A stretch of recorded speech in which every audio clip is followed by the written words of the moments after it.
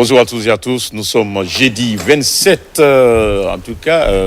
mars 2025. Merci de votre fidélité au programme de la RTG et de la télévision nationale, mais également de votre émission Génite sur Coleman. C'est un énorme plaisir pour nous de vous retrouver et de vous savoir très très nombreux, et à chaque occasion que cela nous est possible, nous vous proposons des thématiques extrêmement importantes, et puis des thématiques certes qui vous intéressent et qui vous inspirent, notamment qui vous ressemblent, puisque là cette émission elle est conçue pour vous, uniquement que pour vous. Et aujourd'hui nous allons donc mettre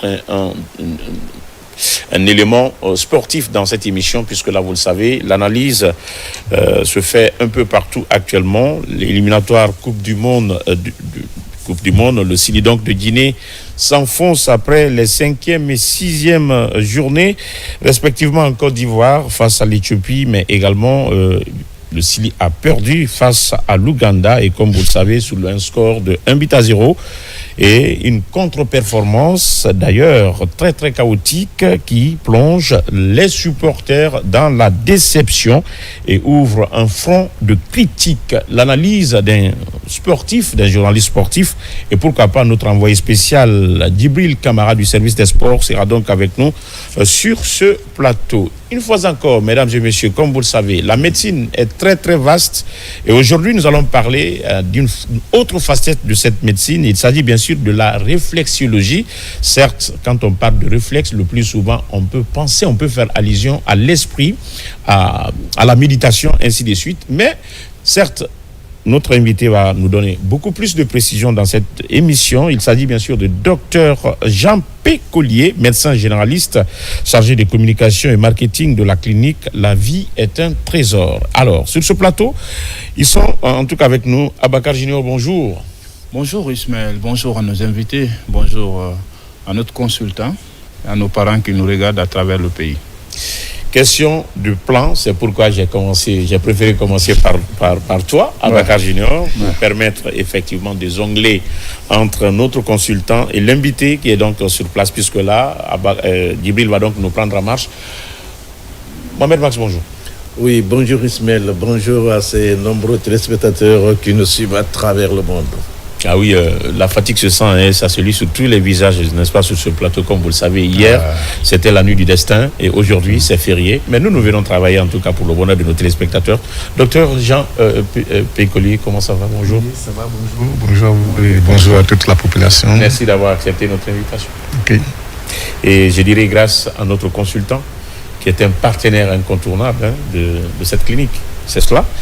Alors, Abakar Junior, on va donc continuer cette émission, sauf que au lendemain, donc nous sommes au lendemain de la nuit du destin, et la radio nationale était donc entre les mosquées hier pour prendre la température des différentes mosquées de Conakry, mais également, comme vous le savez, dès après ça, à 2 jours, 48 heures, voire 72 heures, peut-être nous sommes, en tout cas nous séparent de cette fête de Ramadan. Et on sait quand même que quand c'est la fête, les enfants sont aussi concernés, et surtout c'est une période où il faut quand même rehausser un peu le niveau de sécurité pour les usagers.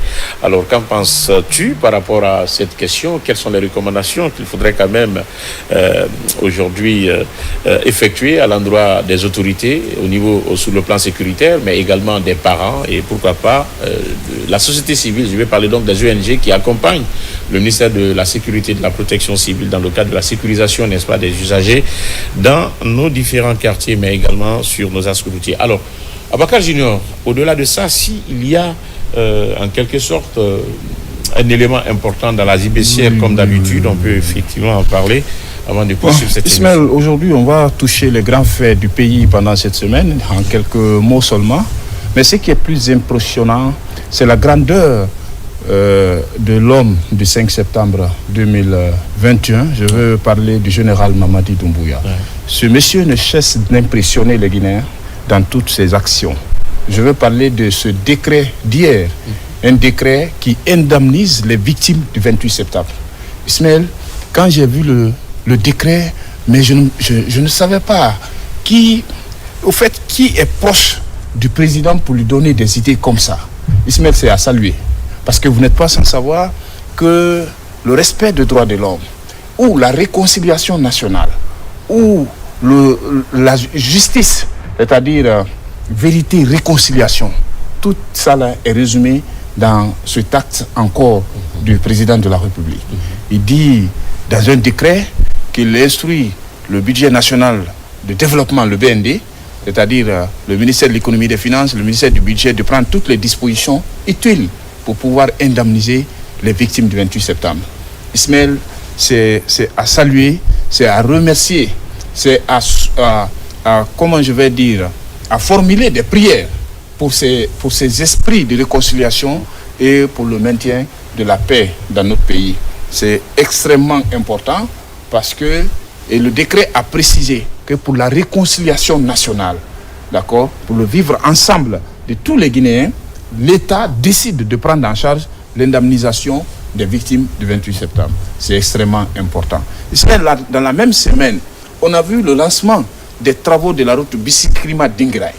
1000 milliards de francs guinéens doivent être débloqués par le gouvernement pour construire cette route stratégique et cette ville historique de la Joumartal qui n'a pas eu de bitumage depuis notre indépendance et aujourd'hui doit avoir le goudron, une autre fierté nationale.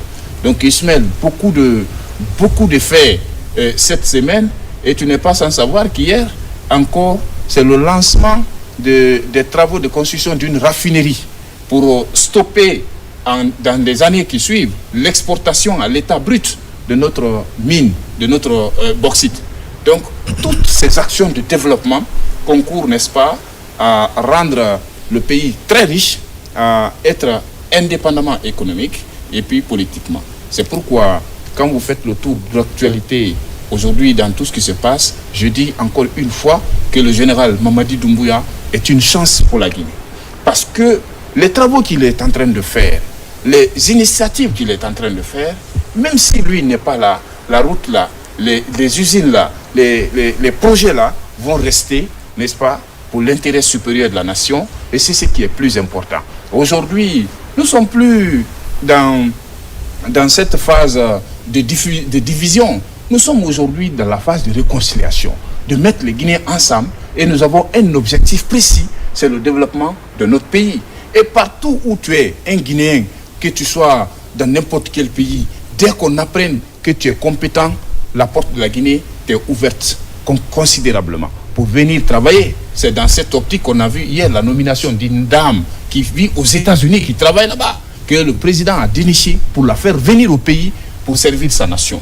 Voilà ce président que nous avons voulu, qui tient compte de la compétence, qui tient compte de comment je vais dire, de la performance, qui n'est pas dans l'élan de régionalisme et de népotisme, qui prennent tous les Guinéens au même niveau d'égalité. Et voilà ce qu'il incarne aujourd'hui, le président de la République. Et Ismaël, cette semaine, moi je l'ai passé dans un grand espoir. Je voulais aller dans notre pays pour étudier, pour travailler, mais en attendant, je reste en Guinée. Mais en attendant, je reste en Guinée. Le consultant, c'était donc le tour de l'actualité. Oui, moi je pense qu'il a parlé du décret. Et quand on parle de décret, on parle de Monsieur le Président de la République. Monsieur le Président de la République a fait, après un acte hier, n'oublie pas qu'hier, c'était le 26 mars. Le 26 mars, on a perdu l'un des plus grands leaders du continent africain, Feu Ahmed Sékou Touré. Donc, on parle de réconciliation, c'est grâce à tous ces gens-là. On parle aujourd'hui, journaliste Ismaël est là-bas parce que le Feu Ahmed Sékou Touré a pris la décision sur lui-même et sur le peuple pour nous libérer toute l'Afrique. Moi, je pense quelque part, on parle aujourd'hui de la Guinée parce que ces gens-là ont existé, parce que hier, n'oublie pas que c'était les 41 ans de la disparition de Feu Ahmed Sékou Touré. Il est important de mettre l'accent sur ça. Et dans ses discours, une fois, ce même président a parlé de Mamadi Doumbouya avant même l'avènement de Mamadi Doumbouya. Donc moi, je pense, comme on dit, l'État est une continuité et la continuité reste marquée par l'acte d'hier, dans la mesure où nous sommes encore la Guinée, le pays des hommes intègres. D'accord, la Guinée, le pays des hommes intègres. Abakar Junior, j'ai écouté ton intervention avec beaucoup d'intérêt, mais ce qu'il faudrait souligner, peut-être que tu n'as pas souligné, c'est que les actions du président et du CNRD ne devraient plus être une surprise pour le peuple de Guinée. Exactement. Et pourquoi je dirais cela? Dès leur arrivée, ils ont mis tout en place un schéma de réconciliation, et donc tout acte ou toute décision relative effectivement au renforcement de la cohésion sociale ne devrait pas se prendre, parce que ça a été donc la clé de voûte pour la transition. Qu'est-ce que je vais dire? Quand ces autorités sont arrivées, et à sa tête le général d'armée Mamadi Doumbouya, président de la République, il y a eu ce qu'on appelle une concertation nationale qui a abouti à la mise en place, n'est-ce pas, d'un Conseil national de la transition qui est l'émanation de la société guinéenne. Parce que là, toutes les corporations ont été vraiment représentées ou sont représentées au sein, n'est-ce pas, de ce Conseil national de la transition. Premier acte. Deuxième acte, il y a eu ce qu'on appelle ici les assises nationales. Les assises nationales. Il y a eu, n'est-ce pas, les facilitatrices qui ont été mises en place pour pouvoir effectivement rapprocher les positions. Il y a eu, vu que c'est le décret d'hier parle de l'indemnisation, n'est-ce pas, des victimes du 28 septembre du stade du même nom, par le passé. Avant de parler de l'indemnisation d'abord, c'est l'organisation du procès qui a donc abouti, n'est-ce pas, à ce décret qui est un aboutissement. Donc, il y a eu ce qu'on appelle cette première décision d'organiser le procès du 28 septembre était une décision majeure, dans la mesure où nous avons connu quand même plus de 2 mandats et demi qui n'ont pas pu régler cette situation. Or, on ne peut pas marcher librement les pieds nus ayant les épines dans les pieds. Exactement. Certes, on peut sous-estimer, n'est-ce pas, une épine, mais sa dangerosité ou son effet dans le pied n'est pas à sous-estimer, parce qu'on le sent tout de suite. Donc ce problème, la programmation de ce procès, c'était un grand tournant dans la réconciliation, n'est-ce pas, des filles et fils de Guinée. Par rapport vérité d'abord, après réconciliation. Après réconciliation. Donc il fallait situer les responsabilités. Et ce procès, effectivement, nous a permis à mieux comprendre ce qui s'est passé au stade du 28 septembre, même si aucune œuvre humaine n'est parfaite, mais à 90%, nous avons compris quand même le processus et le déroulé, et les victimes ont été effectivement identifiées, comme ça a toujours été identifié, et également les coupables, ceux qui sont rendus coupables, n'est-ce pas, d'un comportement ou d'une action quelconque par rapport à ce procès, ont été notamment identifiés, ont été aussi situés sur leur sort. Le budget, le courage d'organiser et le budget, c'est cela. Mais le caractère digne qui est effectivement, qui imprime ce procès, parce que vous n'êtes pas sans savoir que la Cour pénale internationale, ces pays étaient donc saisis, n'est-ce pas, de ce dossier. Exactement. Et les coupables, voire même les victimes, pour leur témoignage, devraient s'y trouver. Et on sait quand même que le siège de la Cour pénale internationale, c'est hors la Guinée, c'est hors la Guinée. Et les Guinéens ne pouvaient pas suivre la quintessence, n'est-ce pas, du déroulé de ce procès. Mais également, certains témoins ne pouvaient y être, même si la Cour quand même a tous les moyens. Certainement, le problème de santé, le problème de temps, le problème de calendrier aurait pu empêcher certains témoins, n'est-ce pas, d'aller témoigner à la Cour pénale internationale. Il y a ça. Mais également, juger nos compatriotes, parce que même les coupables sont quand même des Guinéens, les juger sur leur sol, sur leur propre sol, franchement, c'était quelque chose à saluer. Donc il y a beaucoup de paramètres qui rentrent d'abord en ligne de compte dans l'organisation, n'est-ce pas, de ce procès. Alors, normalement, ceux qui sont désignés ou ceux qui sont identifiés coupables, ce sont ces coupables-là qui devaient effectivement indemniser les victimes. Exactement. Mais étant en prison, étant sous le poids de la loi, parce que c'est la loi qui est dite, comment est-ce que tous ceux qui ont été victimes peuvent être rétablis dans leurs droits par un coupable qui se trouve en prison et qui vraiment n'est pas en position financière de faire face à cela. Mais vu que et les victimes et les coupables étant des fils de Guinée, et on doit les réconcilier, si le président de la République prend la responsabilité et son gouvernement pour indemniser, parce que c'est comme si on effleurait une plaie, c'est-à-dire on nettoyait une plaie, je le dis sous le contrôle, n'est-ce pas, des médecins sur ce plateau, on effleurait effectivement superficiellement, on nettoyait superficiellement une plaie sans pour autant toucher vraiment, Exactement. les véritables microbes, ça finira par se gangréner. Donc, ce programme d'indemnisation était aussi une autre étape incontournable de la tenue de ce procès. Donc, moi, je pense que ce décret, c'est venu à point nommé, et je dirais que le président est toujours dans la même lancée de la réconciliation des Guinéens entre eux. C'est-à-dire pour que, n'est-ce pas, nous ne puissions parler effectivement de ces étapes sombres. D'accord, on ne peut pas tout rattraper. Il y a une chose aussi. Il y a une chose aussi, il ne faut pas oublier. Il y a une chose aussi. Si le grand frère me permettait, c'est qu'il faut aussi signaler, tout ça est parti de quelque chose. Je veux dire ici que dans un passé récent, il faut qu'on ose se dire la vérité, on a vu la régionalisation du militantisme et puis la pagaille dans le paysage politique. C'est ce qu'il faut quand même dire. Et cette nouvelle dynamique d'organiser le paysage politique de la Guinée doit tenir compte de beaucoup de paramètres. C'est pourquoi il ne faut pas reprendre les erreurs du passé. C'est ce qui a été dit par le général Mamadi Doumbouya. Et je pense que cette nouvelle organisation de la classe politique va permettre à chacun de connaître ses limites dans l'exercice des activités politiques. Et c'est extrêmement important. C'est dans ça qu'on a vu la décantation ou l'étude des partis politiques et tout ce qui s'ensuit.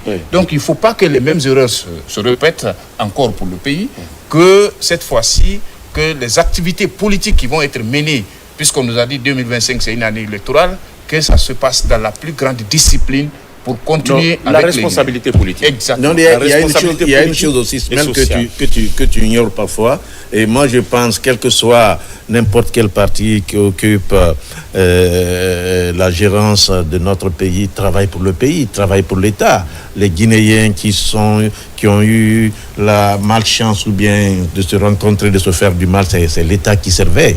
Ces gens-là servaient l'État. Donc, quand le président de la République prend une décision pour indemniser tout le monde, c'est tout à fait normal parce que tous ces Guinéens-là, tous ces jeunes-là, tous ces militants-là ont travaillé pour la Guinée, ont travaillé pour le pays. Et quand c'est comme ça, moi je pense j'espère que nous sommes en train de dire la même chose, peut-être différemment, avec différents mots. De toute façon, de toute façon, moi je pense quelque part, il est tout à fait normal qu'on se retrouve et qu'on se donne les mains pour maintenant partir développer notre pays. C'est pourquoi, d'entrée de jeu, j'ai commencé par dire que ce pacte ne devrait pas être quand même une surprise. Voilà. Peut-être on ne ferait qu'encourager effectivement les décideurs par rapport à cela. Voilà. Parce qu'il y a beaucoup de processus qui ont abouti à ce acte. Exactement. Et c'est cette volonté qu'il ne faudrait pas occulter. C'est pourquoi je me suis permis de faire un peu de rappel. Parce que si on parle d'indemnisation, c'est parce qu'il y a eu procès. Et le procès avait quand même mis du temps avant d'être tenu. Et quand on sait que le budget qui a alloué à l'organisation d'un tel procès, c'est vraiment gigantesque, c'est vraiment faramineux.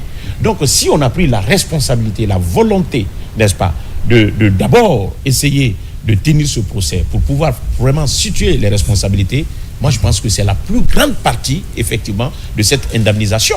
Donc on ne pouvait pas indemniser pour indemniser, et il fallait quand même situer d'abord les responsabilités. La vérité, dire la réconciliation, effectivement. Et puis l'indemnisation. Et vu que il y a une chose aussi, la partie victime, il y a une chose aussi qu'il ne faut pas oublier, ce n'est pas seulement en Guinée que ça s'est fait, c'est partout. En Afrique, on a toujours parlé de vérité, réconciliation, en Afrique du Sud, un peu partout dans le monde. Ça s'est passé. Il faut que les Guinéens comprennent, il faut qu'on se donne les mains. Pourquoi je reviens sur ça? Moi, je me rappelle une fois avec le général Konaté. Le général Konaté avait plaidé pour tous les Guinéens à la fois, mais personne n'a écouté Konaté. Maintenant, voilà, il y a un autre président qui vient, qui reprend la même chose. Et moi, je pense, c'est important. On ne va pas tomber dans ça. On ne va pas tomber dans ça. La population pour que les gens comprennent. Quand quelqu'un vient pour plaider, je pense que cette sensibilisation dont tu fais allusion, c'est de continuer à demander pardon. Justement, on ne doit pas se fatiguer. On ne doit pas se fatiguer. De demander pardon. Et Max même a rappelé que l'administration, c'est la continuité. L'État, c'est la continuité. Exactement. Donc, on peut ne pas comprendre, effectivement, on peut ne pas comprendre à un moment donné, n'est-ce pas, une idée. On peut ne pas adhérer à un moment donné une idée. Mais à force de répéter cette idée, finalement, on finira par comprendre. Et si aujourd'hui la compréhension, bien sûr, est du côté des autorités en place, tant mieux, Dieu merci, c'est pour le même peuple et c'est dans l'intérêt supérieur du même peuple. Moi, je pense que c'est extrêmement important. On ne fera que encourager et de dire, comme il l'a dit dans son discours, que les mains ne trembleront pas. Par conséquent, il ne faudra pas également qu'il soit dérangé sur le chemin qui a été effectivement adopté ou le chemin qui a été tracé depuis les premières heures, n'est-ce pas, de cette transition. La réconciliation nationale, le Guinéen tout court, à bas le régionalisme, l'ethnocentrisme. On a besoin que des Guinéens. La nomination dont tu fais allusion, depuis l'avènement du CNRD au pouvoir, on a souvent dénoncé sur le plateau ici la fuite des cerveaux. Exactement.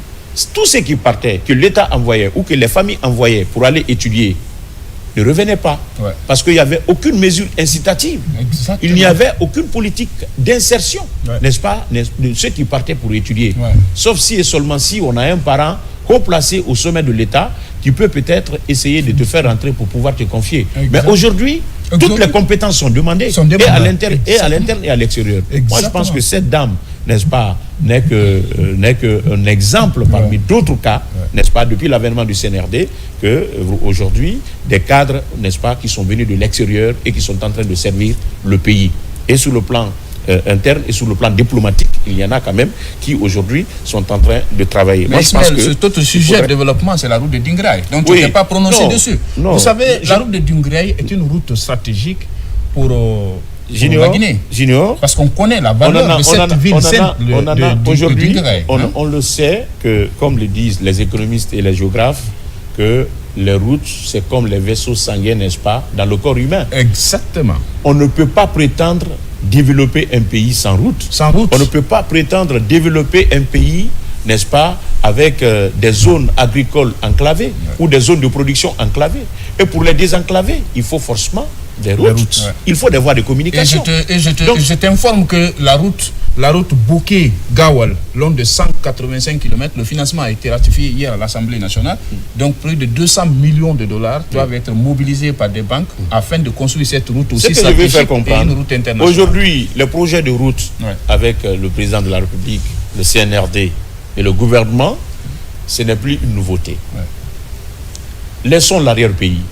Prenons seulement la capitale guinéenne. Nous le savons quand même que le président Ahmed Sékou Touré a géré son pouvoir dans la rivalité, dans l'adversité. On ne va pas rentrer dans ces détails, qui l'ont empêché certainement d'atteindre certains objectifs. Mais il a laissé des bases à un moment donné, à travers les unités industrielles qui existaient, à travers beaucoup de points stratégiques allant dans le sens du développement qui existait. On ne va pas rentrer dans ça. La Guinée était un pays. On va juste rappeler qu'il y avait des puissants qui ont écrit de ne pas donner l'indépendance énergétique à la Guinée. Oui, ça, on a vu les archives. D'accord. Je disais donc. Mais aujourd'hui, nous avons le courant. Je disais donc que la Guinée était, comme on le dit, je suivais un témoignage sur les réseaux sociaux d'un célèbre écrivain qui dit que tellement qu'il voulait qualifier la petitesse de la Guinée pour dire que la Guinée, c'est un petit pays. Un écrivain guinéen, j'ai suivi ce témoignage, j'ai même...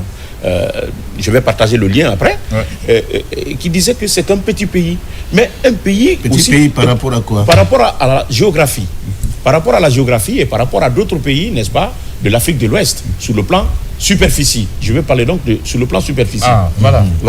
Donc, sur le plan superficie. Sinon, donc, il n'était pas difficile. Oui, justement. Il n'est pas difficile, effectivement, un pays comme ça, qui a, en tout cas... je ne sous-estime pas notre superficie, mais par rapport à d'autres pays, à faire développer, à faire désenclaver avec une volonté politique. C'est ce que, n'est-ce pas, le CNRD, et à travers le président de la République, a bien compris que tout ce que nous sommes en train de dire aujourd'hui, j'ignore, je le dis peut-être pour des néophytes, ceux qui n'ont pas fait l'économie, mais et toi quand même, tu le sais, tu es un économiste, sortant de l'université guinéenne, ce qui reste clair, les bananes de Zérékouré ne rentrait pas facilement à Conakry. Exactement. Ça pourrissait en route. Ça pouvait faire une semaine. Si ces bananes, le peu de quantité qui rentrait, imaginez quel allait être le prix d'achat. Donc, le prix de revient pour un citoyen lambda, c'est manger de la banane ou de l'aloco, c'était du luxe. Parce que ce n'est pas tout le monde qui pouvait avoir accès. Tout ça, c'est parce que il n'y avait pas une certaine facilité de drainer nos produits de l'intérieur du pays pour la capitale. Exactement. Donc aujourd'hui, si on s'attaque à ça, j'espère que ce qui va suivre, c'est la production agricole qui va donc suivre, parce que désormais, ça trouvera que la Guinée peut se frotter les mains en matière de route, en matière de zone enclavée. la route de Dingra dont tu parles, j'y étais à Dingra récemment, à l'occasion du tournant doté du trophée du président de la République. À Dingra, hein? Ah oui, mais sûr. il y avait quand même toute la Guinée à Dingra à l'époque. Récemment, par rapport à ce tournoi, nous avons vécu la finale où la directrice générale de la radio-télévision guinéenne était donc marraine du tournoi, organisé par, effectivement, les fils ressortissants ayant à sa tête le conseiller spécial du président de la République. C'est un monsieur, j'oublie souvent son nom, mais il faut le féliciter. TMB. Il faut le féliciter. C'est une zone religieuse, une zone historique. Comme vous le savez, quand nous prenons les figures historiques de la Guinée, on ne peut pas occulter El Hadji Oumar Tall. Quand même. Par conséquent, lui, il a quand même laissé des vestiges qui peuvent aujourd'hui être inscrits, s'il faut dire, dans l'histoire de l'humanité. Par conséquent, une telle zone a besoin d'être désenclavée parce que c'est une zone touristique. Mais si l'accès économique, économique tu oublies que l'Hérault, l'usine SMD, la société minière de Dingra est là-bas et qui exploite de l'or. Juste à l'Hérault, quand tu dépasses la ville sainte de Dingra.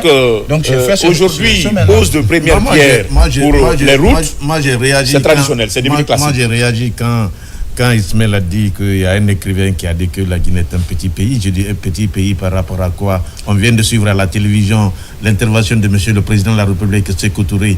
Il y a 50 ans de cela. Regardez comment il s'est exprimé. Et jusqu'à présent, c'est d'actualité. Est-ce qu'un petit pays, ou bien une petite personne, ou bien des gens qui ne réfléchissent pas bien peuvent réfléchir comme ça 50 ans après? Non, c'est pas la grandeur des hommes. C'est pas la grandeur des hommes qu'il a dit. C'est ce que j'ai dit. La comparaison géographique. Voilà, la géographie. Non, la comparaison géographique est normale. Peu importe la comparaison. Oui, la comparaison géographique. La Guinée a été toujours un pays grand. Oui, Mohamed Max, nous sommes tous des patriotes, nous aimons ce pays, mais notre pays, par rapport à d'autres pays, n'est-ce pas, sur le plan superficie, mais on l'a dit quand même, c'est inéluctable. C'était sa façon peut-être de décrire, n'est-ce pas, notre pays. C'était sa façon de décrire. Mais c'est un pays qui a engendré des grands hommes. Des grands hommes qui ont défendu tout le continent. Qu'on soit fiers. Peu importe la petitesse ou la grandeur de la superficie. Ça n'a rien à voir avec la valeur humaine, la valeur des ressources humaines, n'est-ce pas, que ce pays effectivement a engendré ou est connu. J'espère qu'il n'y a pas de débat à ce niveau. C'était sa façon de le dire. Mais un pays très riche naturellement également, qui a besoin d'être développé. Et c'est dans cette optique, effectivement, que les autorités de la transition, n'est-ce pas, se sont inscrites. On va donc poursuivre cette émission, sauf que il y a quand même notre retardateur, notre envoyé spécial côté Côte d'Ivoire et Ouganda, qui donc nous rejoint sur ce plateau. Djibril, bonjour. Bonjour Ismaël, bonjour à tout le monde. Ouais, ça va, merci. Je sais, on tolère parce que c'est la fatigue. Mais il y a quand même le médecin, docteur Collier, qui est là, Jean-Pierre Collier, qui est aussi un fils de ce pays, certainement, qui a un mot à placer par rapport à l'ensemble des commentaires que nous venons d'énumérer. Oui, je pense que d'abord, merci à vous. Je pense que le président, son Excellence, le général Mamadou Doumbouya, il a déjà relevé plusieurs défis, parce que si nous savons dans le passé comment se rendre justement à Kindia, on pouvait perdre au moins maximum 2 heures de temps, ou bien après carré à 3 heures, 4 heures. Mais aujourd'hui, à moins d'1h30, 2 heures ou bien quelques heures, nous sommes déjà à Kindia ou à Mamou. Je pense que c'est quelque chose vraiment à saluer. On quitte Cancan le matin, on est à Conakry le soir, on fait le dîner à Conakry le soir. Voilà. Et aujourd'hui aussi, à travers même certaines rues de la capitale, tu peux ne pas aussi dépasser par l'autoroute ou bien par la route de Prince pour vraiment aussi arriver vers son fournier, parce que vraiment, il a désenclavé beaucoup de quartiers de la ville de Conakry. Et par rapport même aussi aux universitaires des écoles, tous les jours, chaque jour, c'est le lancement. Donc vraiment, c'est une chose qu'on apprécie et aussi on l'encourage. Et aussi on le soutient aussi dans l'accompagnement pour pouvoir vraiment hisser notre pays vers les nations les plus développées. Vers les nations émergentes. Voilà. Inch'Allah. Alors, on va donc, Abakar Junior, peut-être qu'on va réserver, j'espère que notre équipe ne sera pas là avant la fête, si c'est le dimanche selon les informations qui arrivent. On ne sera pas là. Mais un mot pour effectivement la gestion des enfants pendant cette période. Oui, Ismaël, le début de la semaine, on en parlait, parce qu'on sait généralement que ces périodes de fête sont des périodes très agitées et on met beaucoup d'enfants dans la rue, qui n'est pas normal. Je pense que nous allons interpeller les conducteurs et des taxis-motos et des chauffeurs de véhicules de faire très attention parce qu'en ces périodes de fête, il y a beaucoup d'enfants dans la rue.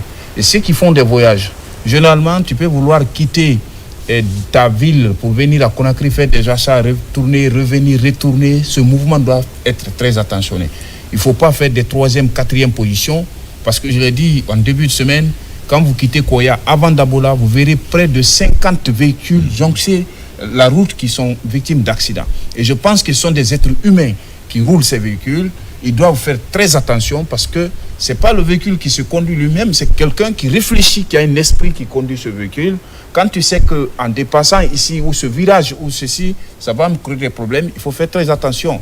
On a dit que la route nationale est sur un relief très accidenté parce qu'avec des virages, des ravins et autres, il faut vraiment faire attention. Et aux parents d'enfants, je pense que quand vous voulez faire la fête avec vos enfants, rien n'empêche en ce jour solennel à un père de famille de mettre tes enfants dans ta propre voiture pour aller saluer des parents si vous voulez. Mais quand vous dites aux enfants sortez, et puis les enfants sortent comme s'ils faisaient la mendicité dans la rue, on rencontre un inconnu, tonton Salmafo, on rencontre un inconnu, tonton Salmafo, et on sait qu'il y a des gens qui sont pervers, très méchants, ils peuvent prendre ces petites filles-là pour des besoins, et comment je vais les qualifier. Et je sais que la dame Marie Gomez de l'Oprogem était à Koyal tout récemment pour la sensibilisation sur les violences basées sur le genre. Et il faut veiller sur ces filles-là. Parce que quand une fille a plus de 5 ans, 8 ans, 10 ans, il faut veiller sur elles, parce qu'il y a des personnes qui sont très, très, très méchantes. Donc, ce n'est pas pendant ces fêtes qu'il faut les libérer, ces pavanés dans la rue, comme si elles n'ont pas de famille. Et je pense qu'il faut veiller sur ces filles-là, Ismaël. Oui, moi, pour renchérir Ismaël, moi, je pense quelque part, il a parlé de l'Oprogem, c'est féliciter la police et la gendarmerie, l'effort fourni par les autorités. Et quand ces fêtes-là arrivent, moi, je pense à un moment, ça fait des années maintenant, dès que les périodes spéciales et les moments spéciaux arrivent, la police, la gendarmerie sont en branle pour que les dispositions mises par-ci, par-là, puissent être exécutées par nos hommes de sécurité. Moi, je pense qu'il est important de les féliciter et de leur dire encore d'augmenter, d'ajouter, rajouter ce qu'il faut rajouter encore pour la sécurité de nos enfants et de la population. Et surtout, il ne faut pas attendre jusqu'au jour de la fête pour déployer 10 000 policiers ou 5 000 policiers. Maintenant, parce qu'on voit Conakry commence à pagaille et puis il y a des bouchons partout, alors que c'est le moment de déployer la police pour que la circulation d'abord soit régulée et puis qu'on veille sur la sécurité des enfants en période de fête. Ce n'est pas le jour J qu'il faut attendre pour déployer. Je pense que le ministère de la Sécurité et de la Protection civile a déjà pris les dispositions pour... on ne va pas être des mauvais témoins. Non, pas des mauvais témoins. Non, ce que je veux dire, je parle de mon cas spécialement. Okay. Avant que Djibril n'intervienne, qu'est-ce que je vais dire? Le ministère de la Sécurité et de la Protection civile, depuis un certain temps, a toujours pris de l'avance par rapport effectivement à la sécurisation et pendant les périodes spécifiques. D'accord. Et nous étions là, on a apprécié l'année dernière. Oui, c'était la fête de fin d'année. Effectivement, oui. la fête de fin d'année. Où on a eu deux cas d'accident. Voilà, on a minimisé le cas d'accident, contrairement aux années antérieures. Exactement. Donc, c'est la même chose, c'est les mêmes dispositifs qui seront renforcés. C'est de saluer leur courage et de les féliciter et surtout de ne pas oublier. Parce que pendant la fête, le mois de décembre dernier, 2024, jusqu'au petit matin, la police était effectivement sous pied. D'accord. Et il y avait des ralentisseurs partout et à des endroits stratégiques. Donc, quand c'est les fêtes, certainement nous ne sommes pas encore dans leur secret, mais ce qui reste clair, le même dispositif va être déployé. Je le dis avec conviction, parce que c'est leur travail. Le ministère de la Sécurité et de la Protection civile, c'est de les encourager également, et les féliciter par le passé, mais également les encourager à continuer à faire de même. Oui, voilà. J'ai suivi quelques témoignages. Monsieur Max, voilà, toujours qui est sur sa position offensive. Alors, c'est notre consultant. Voilà. C'est vrai, quand on parle aujourd'hui de penser un peu à la sécurisation des enfants, moi, deux fois, je me dis, le gouvernement, le CNRD travaille beaucoup, mais il y a des choses encore qu'on doit vraiment améliorer. Vous l'avez dit tout à l'heure. Quand vous sortez à partir des erreurs, 1h, 2h. C'est en Guinée qu'on peut voir par exemple les jeunes jouer à 0h, 1h, 2h sur une route, soit l'autoroute ou encore des routes où il y a la circulation. C'est très compliqué. Mais ça, c'est relève de ton département des sports. Attendez, non, ce que je veux dire, si on a la possibilité d'avoir des terrains, ou au moins on peut trouver des terrains de dégagement, des petits stades de proximité dans des communes, dans des quartiers. C'est pourquoi j'ignore effectivement. Mais je parle de la politique du ministre Boala Haba pour mais est-ce que les domaines... Parce que c'est le bras juvénile de l'État. Je comprends maintenant. Il y a des communes... Ce que lui dit, moi, je vais renchérir avec lui. Ça devient récurrent. Ça devient récurrent parce qu'avant, c'était des quartiers qui étaient ciblés. Maintenant, partout où tu vois à Conakry, la même chose se passe. C'est pas normal. Pourquoi? C'est ça. Et c'est des jeunes, c'est les plus jeunes. Comme on a dit, c'est des enfants qui jouent. Vous n'avez pas le temps, par exemple, de venir jouer. Moi, je joue. Non, attendez, à partir des horaires, un père de famille, tu travailles pendant la journée, tu es fatigué. Junior, ce que je veux dire, c'est vrai, aujourd'hui, on travaille. Je dis bien, il faut que le CNRD fouille encore dans nos archives, voir est-ce qu'il y a des domaines où il était prévu de construire un stade, un terrain, non, ou encore des lieux de loisirs. Attention, vous savez, en Guinée, tout est occupé. Quand on parle de CNRD, quand on parle de CNRD, attention. On parle de la refondation. Il faut donner développement. Non, attention, les rôles, il ne faudrait pas quand même qu'on essaie d'escamoter les rôles. Merci. Le ministère de la jeunesse et des sports est chargé de la politique nationale. De la politique nationale de la jeunesse et du sport. Ouais. Mais le ministère des Sports n'a pas le titre foncier quand même. Non, attendez. Vous savez, la cartographie... Djibril, loin de là, il ne faut pas nous amener sur un terrain de polémique où il n'y a pas de polémique. Oui. Les cadres de ce ministère, il y a plusieurs cadres de ce ministère qui sont dans ce ministère et qui ne font pas le même travail. Oui. Chacun a une fonction. Il y a une direction même des infrastructures. Alors, sportive. Pourquoi on peut aller maintenant, suivez, c'est aussi simple que ça. Le ministère se repose effectivement sur cette direction pour pouvoir identifier, parce qu'on ne peut pas parler d'infrastructure sans qu'il n'y ait d'espace, sans qu'il n'y ait de foncier. Maintenant, c'est l'espace-là, et suivez, occupé aujourd'hui par des privés qu'il faut vraiment... Non, ça c'est un autre débat. Jusqu'à preuve du contraire, si les cadres de ce département ne viennent pas pour nous dire que ces trucs-là sont, comment on appelle, ces espaces-là sont occupés, j'espère qu'on n'a pas à sauter d'abord, n'est-ce pas, ce ministère. Je voudrais poser une toute petite question à Djibril. Je voudrais juste lui poser une petite question. Oui. Nous avons vu les efforts de l'État dans la récupération des domaines spoliés de l'État. Oui. Parmi ces domaines récupérés, le ministère des Sports et de la Jeunesse a présenté quel projet au gouvernement, au Conseil des ministres, pour la construction, par exemple, d'un stade de proximité? Parce que même ici, dans la zone de Koloma, ici, le site directionnel de Koloma, on devait avoir des lieux de loisirs et de sport. Normalement. Le projet est où? Très bien. Non, c'est-à-dire, comme on a d'autres sujets,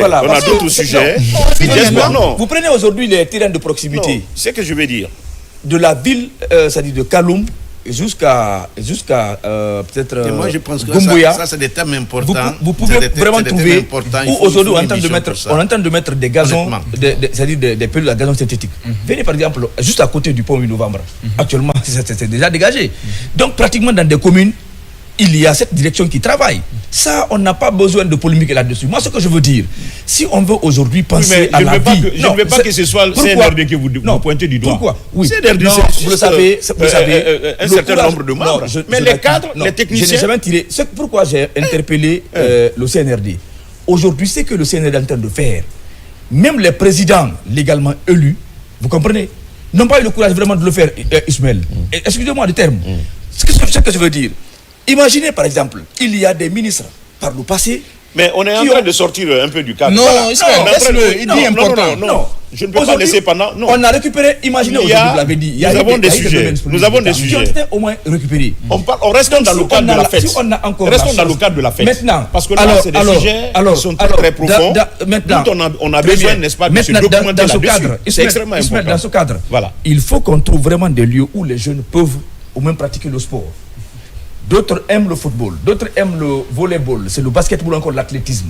Si dans les quartiers, on a au moins des zones dégazées où les jeunes peuvent venir au moins pratiquer le sport, ça peut aussi nous aider vraiment à sécuriser vraiment ces jeunes-là. Vous comprenez? À travers lui, on va essayer d'inviter le directeur national des infrastructures sportives. Les deux. Attendez, on va les inviter à travers, d'ailleurs, je dirais, déjà à partir de ce que nous sommes en train de dire, à partir de ce que nous sommes en train de dire. Et sa voilà. Mais nous restons dans le cadre de la célébration de la fête du Ramadan, à son niveau. La circulation des enfants, la sécurité des enfants. C'est ce qui nous intéresse. Maintenant, à son niveau, moi, peut-être le message que je peux faire passer à l'endroit des parents, comme il a dit tout à l'heure, aujourd'hui, il y a des pères de famille ou des mères de famille qui profitent de ces fêtes-là pour dire, voilà un jour spécifique où on peut peut-être avoir des sous. Des enfants de 5 ans, 7 ans, 10 ans, qui sont par exemple, on dit, bon, va partir saluer telle famille. Et ce n'est pas dans les mêmes communes, soit d'une commune à une autre. Imaginez le jour de la fête, il y a un problème de voiture, un problème de déplacement. Vous laissez les enfants seuls. Ces enfants-là aujourd'hui ont le souci par exemple d'avoir un moyen de déplacement. On voit un inconnu, soit la personne fait passer pour une personne de bonne foi, on prend la personne et puis voilà, c'est les conséquences. Donc, il faut que les parents acceptent vraiment d'abord de penser à la vie de ces jeunes, de ces enfants. C'est l'avenir de la Guinée de demain. Donc, si on veut avoir quelque chose, ceux qui ont les moyens, un Djibril peut se déplacer et venir dans une grande famille saluer. Djibril veut nous faire croire. Non, Djibril, moi je comprends Djibril, mais il y a une chose. La fête est une période d'infanticide, d'exploitation d'enfants. Non. Voilà, c'est ça. Ah oui, non. Mais là, on n'est pas dans ce cadre. Non, Djibril, c'est important ce qu'il a dit. Non, c'est pas ce qu'il dit, c'est pas important. Vous savez pourquoi? C'est très important. Vous savez pourquoi? C'est très important. Attendez, aucun parent responsable. Il y a une chose qui se trouve dans nos traditions. Djibril, il y a une chose qui se trouve dans nos traditions. Quand tu dis à ton enfant, va saluer telle personne, c'est dans notre tradition, on est habitué à ça. Dès qu'il y a une fête, dès qu'il y a une manifestation, surtout des fêtes de... Ce sont des visites. Ce sont des visites. Ça, c'est notre pratique. Il y a des enfants qui n'ont aucune famille à visiter. On peut revenir un peu sur ce plateau. Il y a des enfants qui n'ont aucune famille à visiter. Ils sortent pour demander de l'argent aux inconnus. Voilà. C'est ça la vérité. C'est ça. D'accord. Moi, je pense que le message, ou les différents messages qui devraient être vraiment importants, message à l'endroit non seulement des hommes en charge de la sécurité de la protection civile, message à l'endroit également des parents, parce qu'il s'agit des enfants innocents, certes en ce moment même ils sont en train de se balader ou ils sont quelque part, ils ne sont pas en train de nous regarder, mais forcément les parents nous regardent. C'est de demander aux parents de prendre soin aux enfants pendant cette période, parce que ça pourrait être une opportunité pour des personnes vraiment mal intentionnées de vaguer à leur... Voilà, pour faire du mal et pour taper fort. Et comme on le sait, la sécurité, c'est nous tous. La sécurité commence par soi. Certes, on est en train de parler des autorités, ça fait partie de leur rôle régalien de protéger toute la population, mais c'est que la sécurité, c'est Junior, c'est Ismaël, c'est Djibril, c'est Max sur ce plateau, et c'est notre médecin, docteur Collier, sur ce plateau également, puisque là, l'État ne peut pas mettre une police devant chaque porte et chaque foyer. C'est d'abord les parents qui devraient franchement avoir quand même une idée, dire, organiser quelque chose pour les enfants à la maison, avoir des stratégies pour pouvoir effectivement retenir les enfants à la maison. Et si vous voulez vraiment mettre une grande distance, que les enfants soient accompagnés par des personnes quand même matures, qui peuvent vraiment les accompagner pour assurer leur aller et leur retour. C'est ce qui est vraiment important, c'est ce qu'on peut dire, parce que là, à l'orée de la fête, ça sera KDK qui va donc vous tenir en haleine demain et après-demain, avant donc la fête. Nous, c'est ce qu'on pouvait dire. Alors, aujourd'hui, on parle réflexiologie. Qu'est-ce que c'est? C'est la première question qu'on va donc poser à notre invité, Dr Jean-P. Collier, médecin généraliste chargé de communication et marketing de la clinique La Vie est un trésor. Certainement, on a occulté des éléments dans votre présentation que vous pouvez vraiment effectivement partager avec nous. Ok. Merci, monsieur Ismaël. Moi, c'est Dr Jean-P. Collier. Je suis un médecin généraliste, mais aussi j'ai un profil de santé publique. Et aussi, je suis le chargé de communication de la clinique Trésor, mais aussi, j'assure aussi un volet de marketing. Donc, comme vous l'avez dit, en fait, la réflexologie est une médecine naturelle. C'est une médecine naturelle qui consiste à l'application des techniques manuelles au niveau des points de réflexe du corps humain. Et ces points de réflexe permettent de stimuler l'organisme en soulageant certains symptômes liés à la douleur, mais aussi de traiter et de prévenir certaines maladies. D'accord. Mais et depuis quand cette médecine existe? Depuis quel moment? Donc, c'est une médecine. Parce que c'est pas tellement connu. Hein? Oui, c'est une médecine naturelle qui date depuis l'Antiquité. Parce que depuis le 20e siècle, quand nous prenons par exemple le premier docteur William, qui a utilisé cette technique pour un patient qui avait vraiment des problèmes, qui l'a aidé vraiment à pouvoir soulager ses symptômes, mais aussi à assurer la prévention de certaines maladies. Donc, mais aussi, elle est beaucoup utilisée aussi par certains médecins russes et chinois, mais également aussi des médecins américains. Et en Afrique aussi, cette médecine encore existe dans plusieurs pays d'Afrique. Alors, si vous dites que vraiment son histoire remonte un peu depuis l'Antiquité, oui. Et la plupart des sciences que nous connaissons, on dit que c'est depuis l'Antiquité. Est-ce que la réflexologie, alors, est une science? Oui, la réflexologie est bel et bien une science parce qu'il y a des études qui ont montré que la réflexologie est une science. Si nous prenons par exemple les femmes qui se plaignent par exemple des syndromes prémenstruels, il y a une étude qui a été menée à l'Iran et deux groupes, c'est de 68 femmes. Donc ils ont réparti en deux groupes. Donc un groupe qui a bénéficié de la réflexologie. Par exemple, il s'agissait de bénéficier de 10 massages et aussi le second groupe qui était soumis à l'ibuprofène 400 mg. Mais les conclusions de cette étude ont montré que les patients qui ont été soumis à la réflexologie ont bénéficié de bons résultats par rapport aux femmes qui ont été soumises au traitement de l'ibuprofène. Donc il y a des études qui ont été publiées qui montrent que bel et bien la réflexologie est une science. Alors, avant de poursuivre, oui, vous allez poser le problème après. C'est un médecin, il va tout trouver. Alors, comment, vu que c'est pas, ça relève d'une science naturelle, d'accord, il y a toutes ces expérimentations aujourd'hui qui donnent une connotation scientifique, mais ce que je cherche, dans le cursus universitaire, n'est-ce pas, de la faculté de médecine, je ne pense pas que vraiment cette médecine existe en tant que spécialité. Comment vous vous êtes retrouvé, n'est-ce pas, dans la pratique? Bon, je me suis retrouvé dans la pratique parce que je travaille aussi avec des médecins rwandais qui ont déjà expérimenté cette médecine au Rwanda, mais aussi dans d'autres pays, mais qui ont des difficultés de pouvoir communiquer avec la population, échanger. Donc, moi, j'ai sollicité de pouvoir les accompagner, vraiment de faciliter dans la mise en œuvre des activités sur le terrain. Donc, avec eux, donc, on a développé beaucoup d'activités à la clinique pour les aider vraiment, pour que la population, parce que déjà, il y a même nos propres parents qui viennent, qui ont bénéficié vraiment des traitements de la réflexologie, des enfants, des femmes, des personnes déjà qui ont vraiment des troubles sexuels, qui ont vraiment retrouvé leur état de santé. Moi je disais, mon problème, c'est quoi? C'est que comment vous pouvez vous rendre compte? Parce que ici, c'est le départ d'un nerf et par là, c'est la fin d'un nerf. Comment vous arrivez à situer tout ça là et puis jusqu'à ce que vous traitez la personne? Voilà. Donc, sur le plan anatomique, l'organisme est constitué de plus de 7 milliards de nerfs. Mais au niveau des membres inférieurs, nous avons 7200 nerfs, mais également des points de réflexe très précis. Parce que l'organisme, nous sommes répartis au niveau de l'étage supérieur. Quand on prend par exemple l'étage supérieur, il y a les réflexes palmaires qui concernent la main, qui intéressent un peu les organes tels que le cerveau, le cou, mais également l'hypophyse, qui sont vraiment des organes essentiels qui permettent d'aider l'organisme à pouvoir vraiment prévenir certaines maladies. S'ils sont stimulés, parce qu'il s'agit de renforcer, d'aider l'organisme à s'autodéfendre contre certaines maladies. Oui, à s'autodéfendre contre certaines. On parle de globules rouges, on parle de globules blancs. Non, c'est le renforcement de l'immunité, des anticorps. Ok. Donc, qui sont des soldats de l'organisme. Voilà, le système immunitaire qui est naturel et qui dépend des substances directement déversées dans le sang. Voilà. Donc, ça veut dire que si on développe cette science-là, ça veut dire que les médicaments vont disparaître?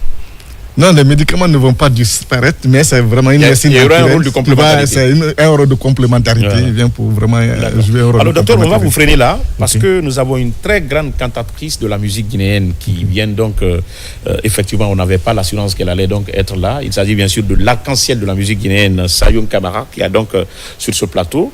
Et on va donc continuer avec lui. Mais le temps pour juste, je dirais, Djibril, rapidement, de nous faire un peu l'analyse, effectivement, des différentes sorties catastrophiques du Sidi de Guinée.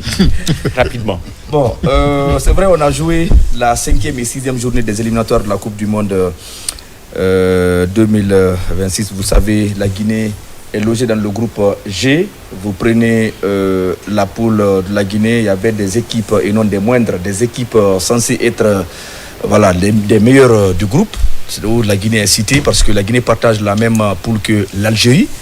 Donc il y a également le Mozambique, mais aussi le Botswana, mais la Somalie. Donc, pour en tout cas bon nombre d'observateurs, la Guinée était en tout cas une équipe favorite, comme l'Algérie. Imaginez, vous jouez contre une équipe algérienne en déplacement, vous gagnez 2-1. Cela déjà a donné l'espoir. Beaucoup d'espoir. Voilà, l'espoir que oui, on a une équipe dynamique et compétitive qui peut en tout cas pour une première fois faire qualifier la Guinée pour la Coupe du Monde. Mais sauf que, au fil du temps, on voit un certain nombre des contre-performances. Imaginez, vous jouez contre l'Algérie, vous gagnez, après vous venez jouer contre le Mozambique, vous perdez. Voilà. En dents de scie, on n'enchaîne pas au moins des victoires. On se pose la question, c'était quoi le problème? Kaba Diawara commence avec un effectif. Après les Jeux Olympiques de Paris, parce qu'il était non seulement le sélectionneur de l'équipe A, il est venu comme entraîneur de l'équipe Espoir, il est parti, il n'y a pas eu de bons résultats, 3 matchs, 3 défaites, finalement il a été débarqué. Michel Doucier vient pour au moins sauver la situation, lui aussi vient, on trouve que toujours il y a des problèmes, mais où on peut trouver la solution? Qu'est-ce qui explique cette dégringolade du football guinéen? Voilà. Imaginez, on joue d'abord des matchs pour la qualification de la Coupe d'Afrique des Nations. Vous jouez contre des équipes, l'Éthiopie, vous gagnez, après on part en Tanzanie, on passe carrément à côté, on remobilise encore la troupe pour chercher à avoir des points. Mais sauf que on joue contre une équipe qui était considérée comme la plus faible du groupe G, c'est la Somalie. C'est là où l'espoir La Somalie, effectivement. On joue contre la Somalie.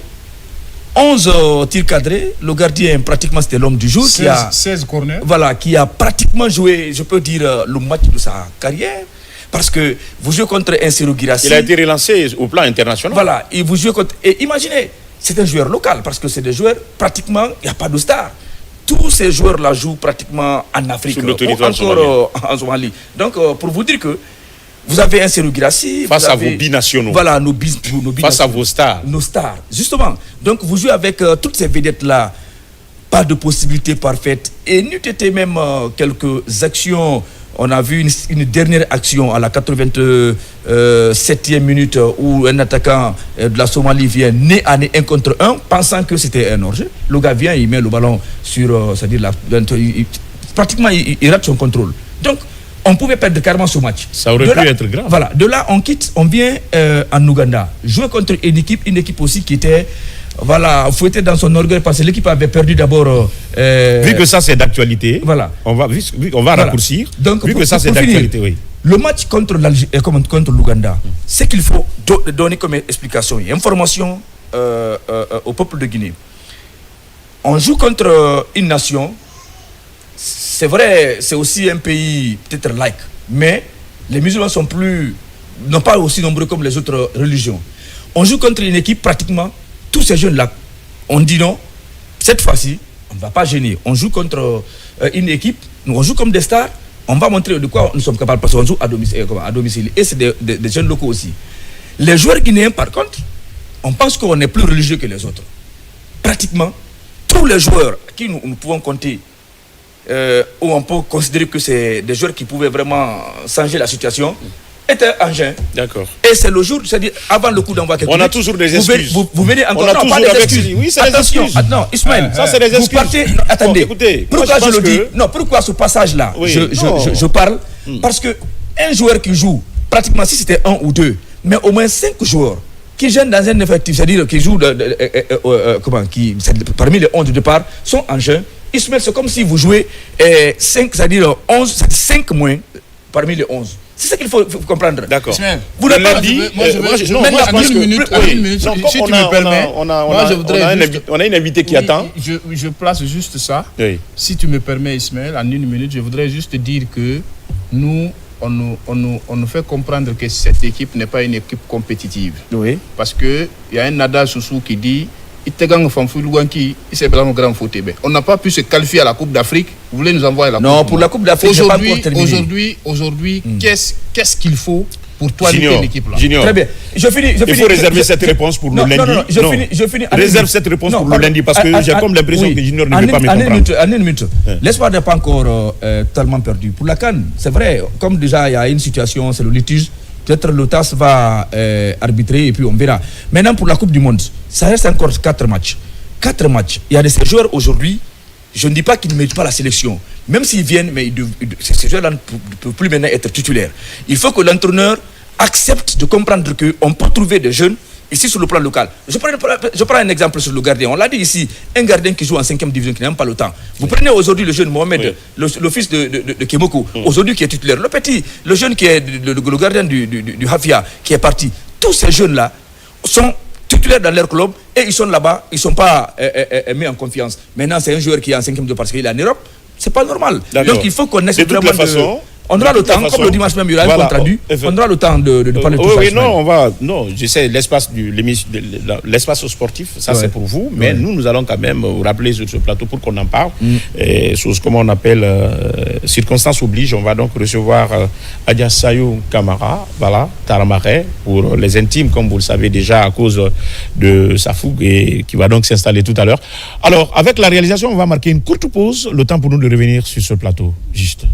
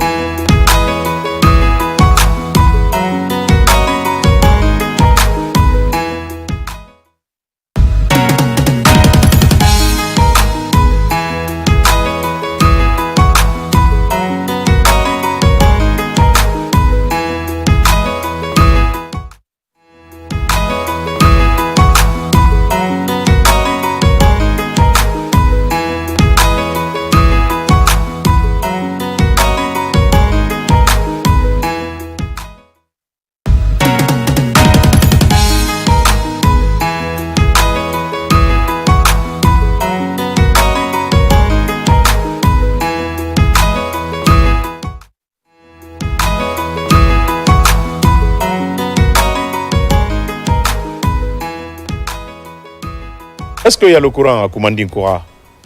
Je dirais oui, c'est dans Farana aussi. Et si vous êtes une fois encore au quartier Niger, merci donc de nous regarder, vous avez votre progéniture sur ce plateau, l'arc-en-ciel de la musique guinéenne, la sulfureuse, très scénique, Sayou Kamara Taramaret, sauf qu'elle est en tout cas Hadja Sayou Kamara sur ce plateau. Hadja Edi. Salam alaikum. Wa alaikum salam. Tanate. Tanaste. Molli mayni kala wati be. Albi deni. Allah mais attends, est-ce à deni ko ya deni. Mais attends. Basi nyuma le bro, secret nyuma bolo mais akela vraiment wati be ay forme là. Musul bra mayni ka ko yo secret d'allemand. Ko secret d'allemand. Secret bereturo. Hélas c'est ce que les mamina na nyuma la. Donc on y a la trala muso be alay ke nyuma d'allemand parce que muso be ni bolo nyuma lero.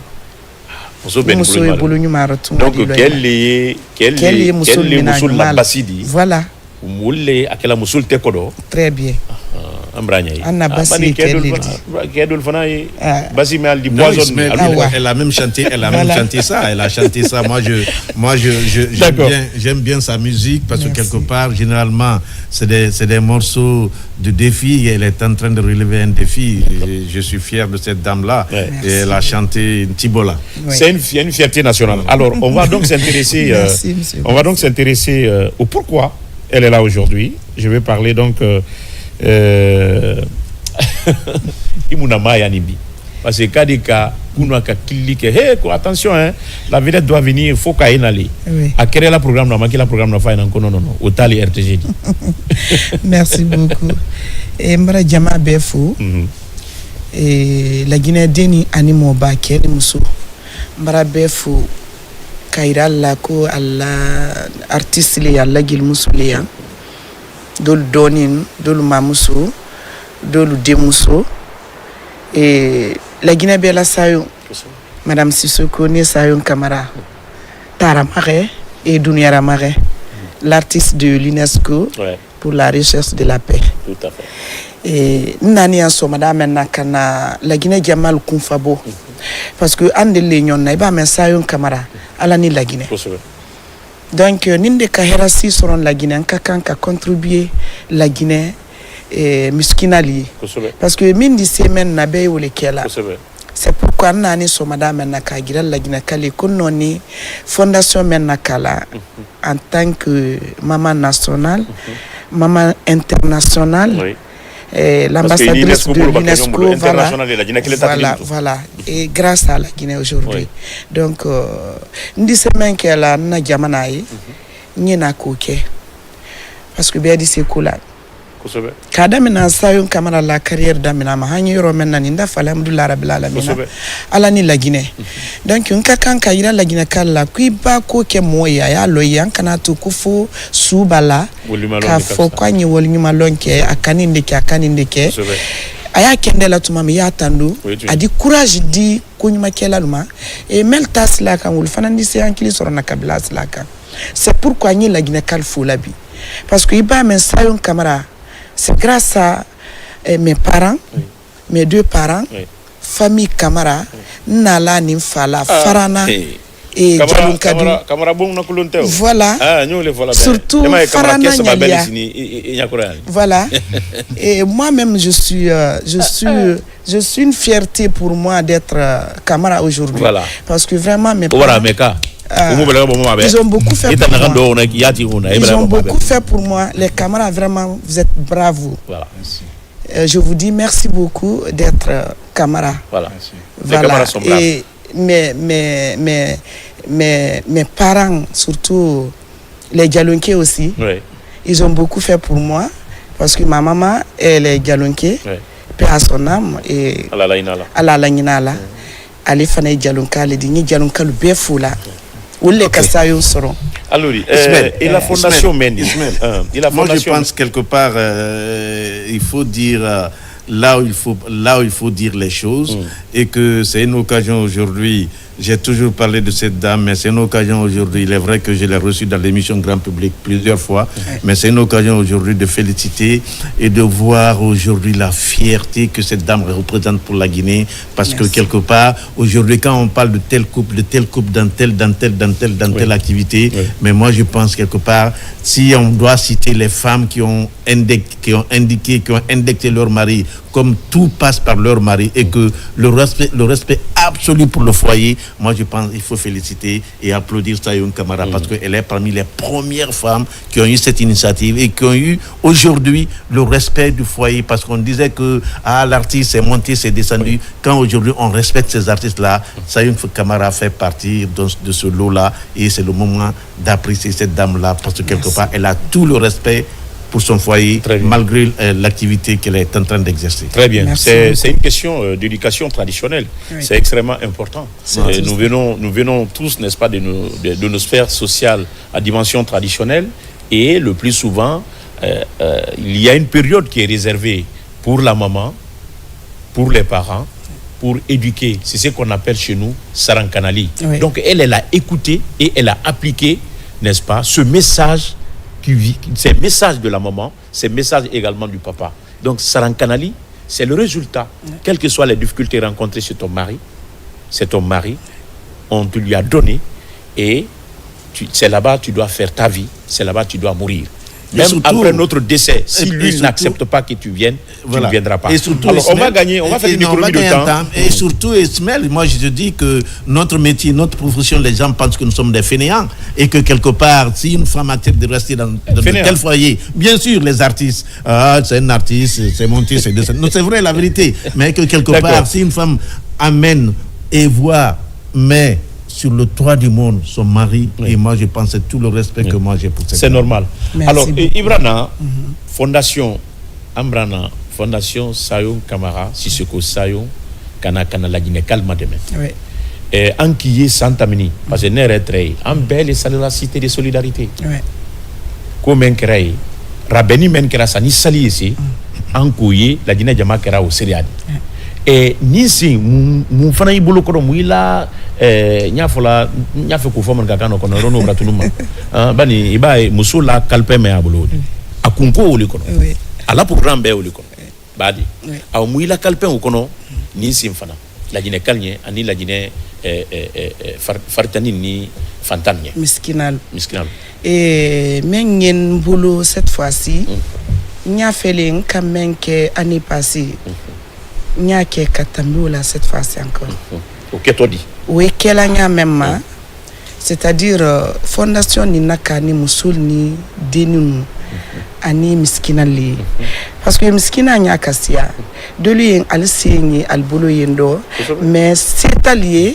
kase ali yɛrɛ la ko kɛ la ou bien kal din na ko kɛ c'est pourquoi fondation Sayun Kamara nani kana ka faratani nu dɛmɛ ka miskina lu dɛmɛ ka kɛsta muso lu dɛmɛ donc an y'o daminɛ la mun de fɔlɔ ma an tɛ na la ko parce que sali ye kɛla an ɲɛna ka tulu gansan kɛ an y'a daminɛ la le fɔlɔ parce que souvent ni sali kɛra a da sɔrɔ an di fani ɲuman bila an kana ka wa sali kɛnɛ ma mais a da sɔrɔ miskina lu ale lɔ ni sila b'a la ale tarali la ale di mɛn damu o t'ale bolo donc hali salonba o et deux fois da sɔrɔ ne yɛrɛ ye mobili kɔnɔ n ye tamila ɲɔgɔn concert diya ou bien nin kɛ an ɲɛ bɔla an ɲɔgɔn yɔrɔ dɔrɔn n di denni nu ye ale lɔ ni sila la ale tarali la a ye ni tɔrɔ la parce que n ye miirila n den de ma olon ka kan ka kɛ bɛɛ ma lon de di falilon sewalon ma kan ka kɛ sewalon voilà a ma kan ka kɛ matarali lon di c'est pourquoi olon nɔni fani nu t'a la kalikara année passée n ka 1000 personnes habillées 1000 personnes ont été habillées par la fondation Sayun Kamara. J'espère qu'il faut applaudir ça. Ça, c'était l'année dernière. Et ce que Ismaël ne sait pas, ce que mon petit frère Junior ne connaît pas, n'est pas du tout informé, la fille de Sayun Kamara a fait la Sorbonne, je vous en prie. Elle a étudié le marketing et c'est un très grand niveau que malgré tout ce qui s'est passé, elle a préféré donner une voix à sa fille. Sa fille a fait la Sorbonne. J'ai été même en contact avec cette fille. D'accord. Merci pour ces informations, monsieur le grand consultant. Donc, Santamini, mo wakili ikulu habillé fatani no fantano ikal habillé nere kara usiredi et ni se mune fana mriya ila nya fe ka ke katamini se na parce que al kasia mais vu que nkelenti sa kala nyi ole fola fo mo lima deme mo si kelenti se kula et Anna président de la République a bradoké madame la ministre de la promotion féminine elle a beaucoup fait donc enfana ngi na la andi se men kela anyake et c'est pourquoi l'année passée anka wolumo 1000 personnes masidi et cette fois-ci encore anya fait kawa min taminu fanana mais nkelenti se parce que moi meni al kasia were